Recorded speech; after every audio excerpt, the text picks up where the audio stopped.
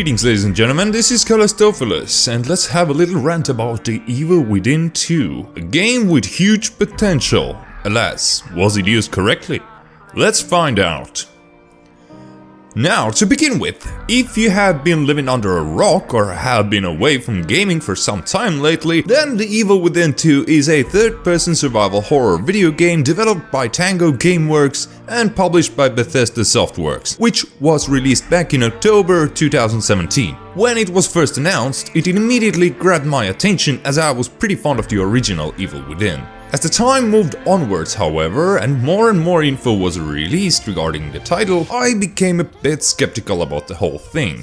Now that I have finally had the time to complete it, I think that the game is not exactly for everyone who are looking for a sequel to the first game, as there are some quite big gameplay changes here, and not everything is for the better, I'm afraid. But enough about the vague blabbering. Let's get subjective and to the point. So when it comes to the storyline of The Evil Within 2, I'm not going to spoil things for you should you want to pick this game up yourself. However, in a nutshell, you still assume control over the former Crimson City PD's police officer Sebastian Castellanos, who is still, after 3 years since Beacon mental hospital events, trying to get grasp with his mental welfare, which was a bit messed up by the STEM program. His wife Myra has disappeared and his child Lily has died in a house fire.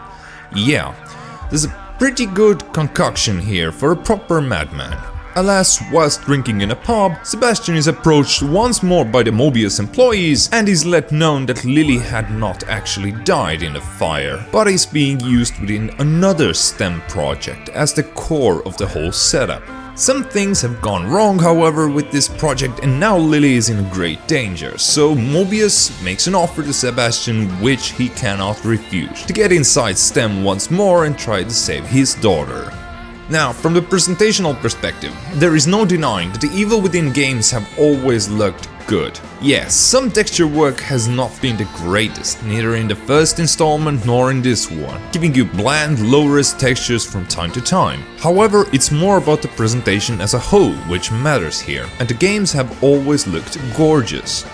From the 21:9 aspect, I am glad to say that the game now supports ultra-wide resolutions right out of the box, and it looks stunning. There is a caveat to this, however, namely that the cutscenes are still done in 16:9, which leave you with back pillars. There is a registry hack available to make the in-game cutscenes 21:9 as well, however some pre-rendered video clips remain, which will always be in 16:9. Personally, I can live with 16:9 cutscenes, however they do take a bit away from the whole immersion factor. Also, as we're already on the topic of cutscenes, the game is guilty of one of the worst sins that cinematic games have brought us: unskippable cutscenes. I understand that sometimes it is necessary to show players the specific detail of the storyline without the possibility of him or her skipping it, but there are so many other ways of doing this. There are some moments in the game where you just need to do some trial and error stuff, especially with a few boss fights, and having to reload and look at the boss intro video every time is just purely wasting the player's time. I really hate when that happens. Then there's the question of performance of the whole game. Notice that I have left the in-game FPS counter on throughout my whole playthrough. Now this is intentional. To be honest, the game runs like crap. It has clearly not been optimized at all for the PC.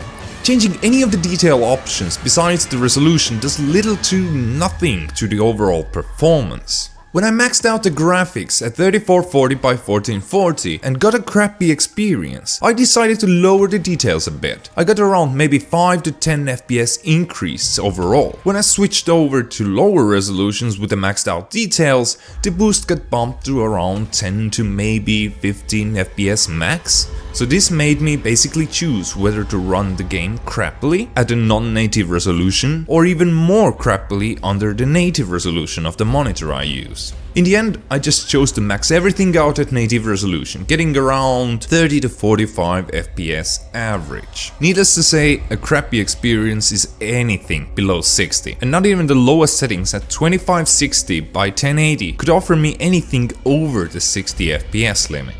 Luckily, The game does not require you to be a Twitch shooting god, so the FPS does not affect the gameplay that much. However, it does affect the immersion by a lot. But what about the gameplay experience? What is The Evil Within 2 actually like, without any spoilers? Well, I'm so glad you asked, because I went through the whole game on the Nightmare difficulty, hoping for a true survival horror experience, and there are some thoughts I wish to share with all of you guys and gals regarding this. First of all, let's get this out of the way. This is not a horror game. If you were hoping for a sequel to the last game, with tight corridors and claustrophobic environments, where you get hunted down like a rat in a maze by creatures of your nightmare, nope. Nothing like that. And this is very, very unfortunate in my mind, as we are left with just another survival game. There are some sections in the game which take you back to the original Beacon Mental Hospital and have you play out the horror experience in the first game a bit. And to be honest, those tiny sections of the whole game are the ones that I enjoyed the most, which is a real shame.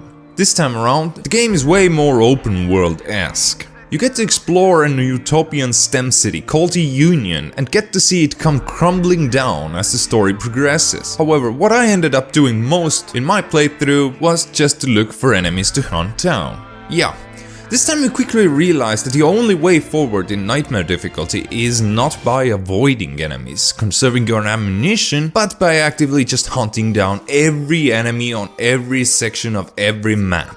Needless to say, the horror element of the whole game diminishes in mere seconds when you think about open world hunting games.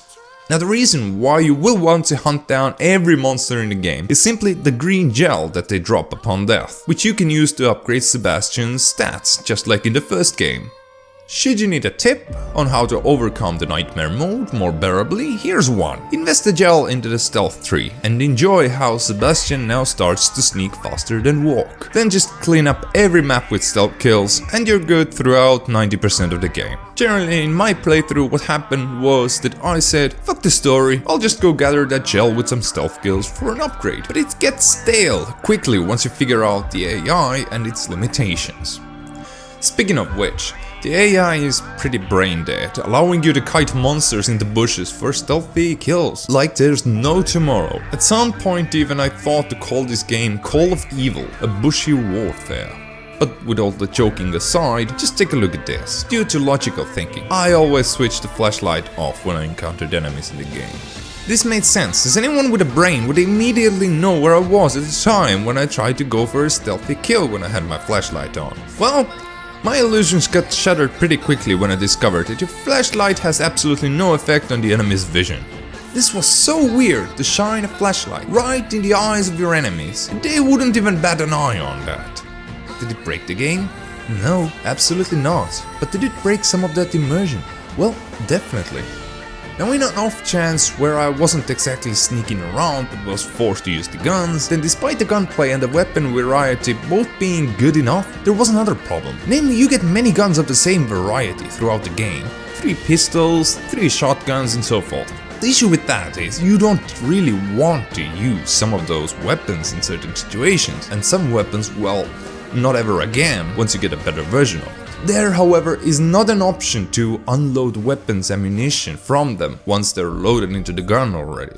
In a survival game, you don't typically want to waste your ammunition at all if you can help it. And it remains true here as well. However, without the method of actually unloading the ammo, you're forced to sometimes use inferior weapons, simply because you had ammo in them at one point. And God help you when Sebastian tries to automatically reload ammo into those inferior guns.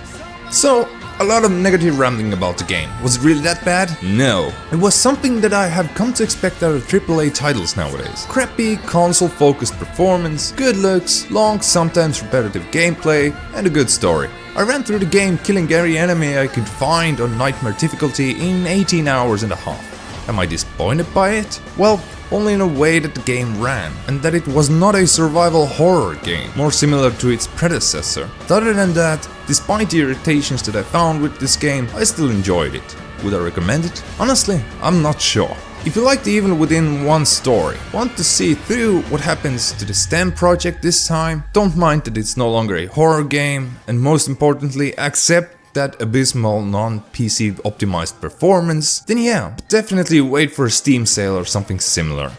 Currently the Evil Within 2 costs €59.99, which is a lot to say the least, and I would not definitely be comfortable of buying it once more at that price. But what do you think? Would you be willing to cough up €60 for a single game? Or are you one of those people who is always waiting for a better deal to get the game you want? Let me know in the comments below, I would love to hear what you guys think of it. Alas, that would be it from my side for today. I would like to thank you very much for sticking around, watching this video, and I wish you have a lovely rest of your day, wherever, whenever you are. Bye bye. Beautiful. A bouquet of flesh and blood. You sick bastard!